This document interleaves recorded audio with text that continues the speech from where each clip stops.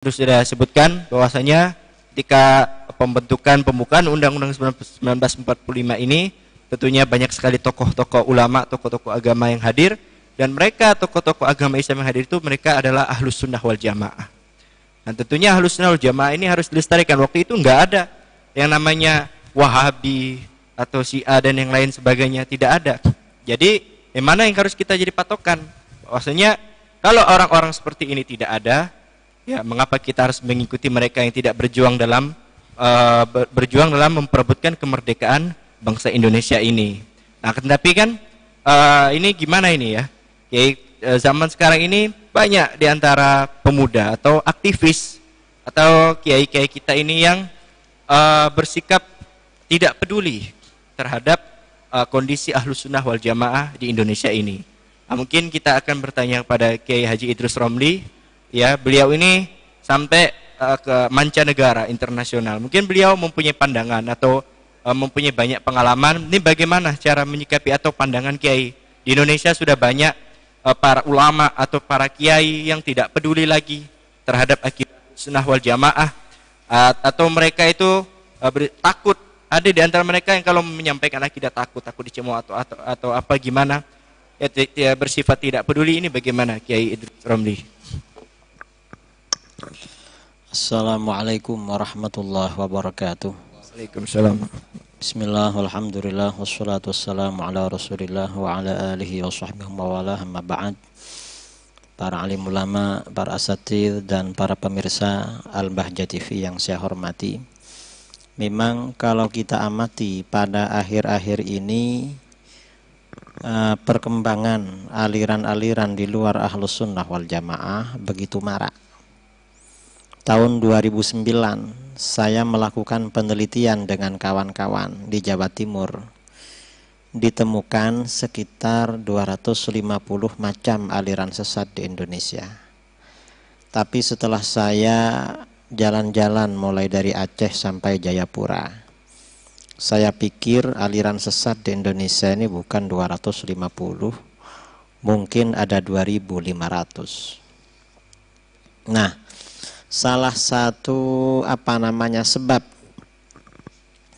mengapa umat Islam ini terpengaruh dengan aliran-aliran baru, karena terutama minimnya ilmu pengetahuan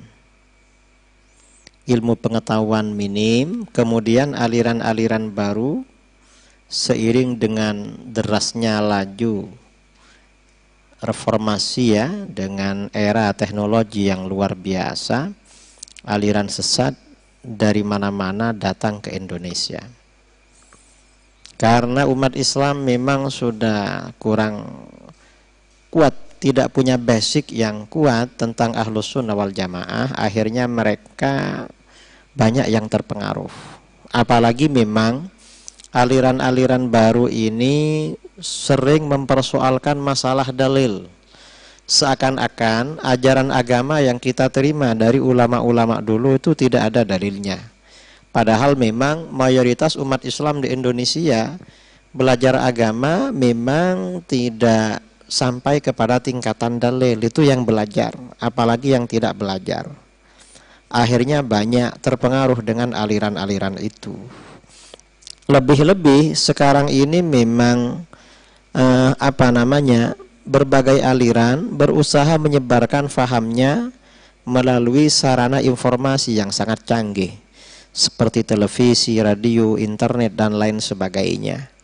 Nah, orang-orang yang memang jauh dari para ulama atau tidak punya basic yang kuat akidah Ahlus Sunnah wal Jamaah akhirnya terpengaruh. Nah, cara yang paling bagus untuk menghadapi aliran ini adalah melalui dua pendekatan.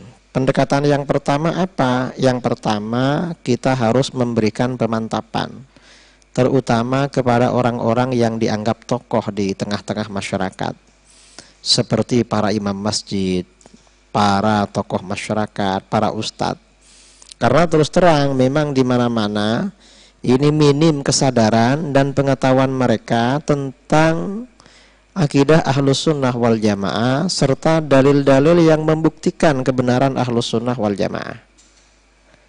Karena pengaruh aliran-aliran di luar Ahlus Sunnah ini tidak hanya masuk kepada kalangan awam, tetapi juga masuk ke kalangan para pemikir, sebagian para ustadz. Nah, orang terpengaruh dengan faham di luar Ahlus Sunnah wal Jamaah, saya kira itu ada 3 macam. Tingkatan yang pertama, misalnya ya Wahabi. Orang ini terpengaruh Wahabi, tetapi tidak masuk Wahabi. Tapi walaupun tidak masuk Wahabi, orang ini beranggapan bahwa Wahabi itu aliran yang benar, sama benarnya dengan Ahlus Sunnah wal Jamaah. Karena itu orang ini tidak punya ghirah, tidak punya peduli untuk membela, mempertahankan Ahlus Sunnah wal Jamaah. Karena sudah berpandangan bahwa Wahabi sama benarnya dengan Aswaja. Apalagi memang Wahabi juga mengklaim, mengaku sebagai representasi dari Ahlus Sunnah wal Jamaah. Itu tingkatan pengaruh yang pertama. Pengaruh yang kedua, orang ya ini masih Ahlus Sunnah wal Jamaah, tetapi ini sudah meragukan kebenaran akidahnya. Kalau yang tadi Aswaja dibenarkan, faham di luar Aswaja juga dibenarkan. Ini yang pertama. Yang kedua, ini ragu dengan kebenaran Aswaja. Jangan-jangan Ahlus Sunnah yang keliru, mereka yang benar. Mengapa benar? Mereka ada dalilnya. Tapi orang ini masih bertahan di dalam Ahlus Sunnah wal Jamaah. Ini lebih bahaya lagi. Dan ini tidak sedikit dari kalangan kita ya, yang ketika berhadapan dengan orang Wahabi itu merasa minder atau aliran-aliran lain, karena menganggap mereka lebih Ahlus Sunnah daripada Ahlus Sunnah yang sebenarnya. Ini yang kedua. Yang ketiga, orang yang terpengaruh dengan kelompok di luar Ahlus Sunnah wal Jamaah ini bukan hanya ragu-ragu, tetapi memang sudah langsung keluar dari Ahlus Sunnah wal Jamaah dan ikut terhadap aliran yang baru itu. Nah, untuk orang yang semacam ini, 3 kelompok yang terpengaruh dengan aliran-aliran di luar Ahlus Sunnah wal Jamaah, pendekatan yang harus kita lakukan kepada mereka, tentunya kita harus mengikuti, meneladani para ulama dulu di dalam memperjuangkan akidah Ahlus Sunnah wal Jamaah. Pendekatan apa? Terutama pendekatan keilmuan. Kita tahu Imam Asy'ari, Imam Abul Hasan al-Asy'ari dan murid-muridnya, beliau ini bukan seorang tokoh yang dekat dengan dunia politik. Artinya bagaimana? Islam Ahlus Sunnah wal Jamaah oleh beliau tidak disebarkan, dipertahankan melalui kekuatan politik. Tapi bagaimana murni pendekatan keilmuan? Pendekatan keilmuan yang dilakukan oleh Imam Asy'ari melalui 3 pendekatan. Yang pertama, menyebarkan informasi dalil-dalil kebenaran Ahlus Sunnah wal Jamaah dan mengungkap kebatilan, syubhat-syubhat faham di luar Ahlus Sunnah wal Jamaah. Ini melalui kitab-kitab. Jadi karangan-karangan beliau sebagian ada yang menjelaskan dalil-dalil Ahlus Sunnah wal Jamaah, juga ya kitab-kitab akidah murid-murid beliau, ada yang membongkar syubhat-syubhat, kesalahan-kesalahan ajaran di luar Ahlus Sunnah wal Jamaah melalui karangan-karangan. Yang kedua, beliau juga melakukan kaderisasi. Jadi murid-muridnya memang dilatih oleh beliau melalui pendidikan akidah Ahlus Sunnah wal Jamaah. Yang ketiga, ini juga tidak kalah, beliau ini tidak kalah penting, beliau ini siap berdialog dengan kelompok-kelompok di luar Ahlus Sunnah wal Jamaah. Bahkan sebagian murid beliau itu asalnya orang Syiah Imamiyah, lalu setelah diajak berdialog secara dari hati ke hati, secara ilmiah, akhirnya menjadi pengikut beliau dan salah satu muridnya. Nah, Imam Asy'ari ini tidak jarang menghadiri majelis-majelis orang Mu'tazilah maupun aliran-aliran lain. Dan murid-muridnya juga demikian. Ketika mereka menyampaikan pandangan tentang ideologi sesuai dengan akidahnya oleh para ulama kita di kantor, ini yang dilakukan. Dan Buya Yahya dulu telah melakukan ya dengan salah satu tokoh Wahabi di Cirebon. Dan saya kira itu sangat bagus. Terutama itu kita lakukan di depan masyarakat. Ini memang cara cara pemantapan Ahlus Sunnah wal Jamaah. Dan ini penting Cara metode semacam ini kita sampaikan kepada para penceramah, para kiai, para ulama, agar di dalam ceramah-ceramah ini tidak monoton ya seperti apa adanya, tetapi juga menyampaikan bagaimana sebenarnya dalil-dalil Ahlus Sunnah wal Jamaah. Karena masyarakat ini banyak meninggalkan ajaran aswaja. Itu ternyata setelah kita tanyakan, mereka beranggapan katanya ajaran aswaja tidak ada dalilnya. Yang ada dalilnya Wahabi. Dan ternyata alhamdulillah setelah dalil-dalil Ahlus Sunnah kita sampaikan kepada mereka, dalil yang disampaikan oleh Wahabi tidak sesuai dengan apa yang didalilkan, akhirnya banyak yang kembali kepada Ahlus Sunnah wal Jamaah. Ini sangat penting. Dan jangan dianggap jangan dianggap tidak penting kita ini memperjuangkan Ahlus Sunnah wal Jamaah. Karena pengaruh faham Wahabi dan faham-faham lain ini luar biasa. Contoh ya, dulu para kiai dulu, para mubaligh, kalau ada acara Maulid Nabi, baginda Nabi Shallallahu Alaihi Wasallam, biasanya di dalam acara-acara Maulid, para ulama ini di dalam ceramah menyampaikan tentang keistimewaan, tentang syama'il, khosois ya, tentang hal-hal yang luar biasa yang terjadi bagi baginda Nabi, juga para nabi yang lain alaihi wassalatu wassalam.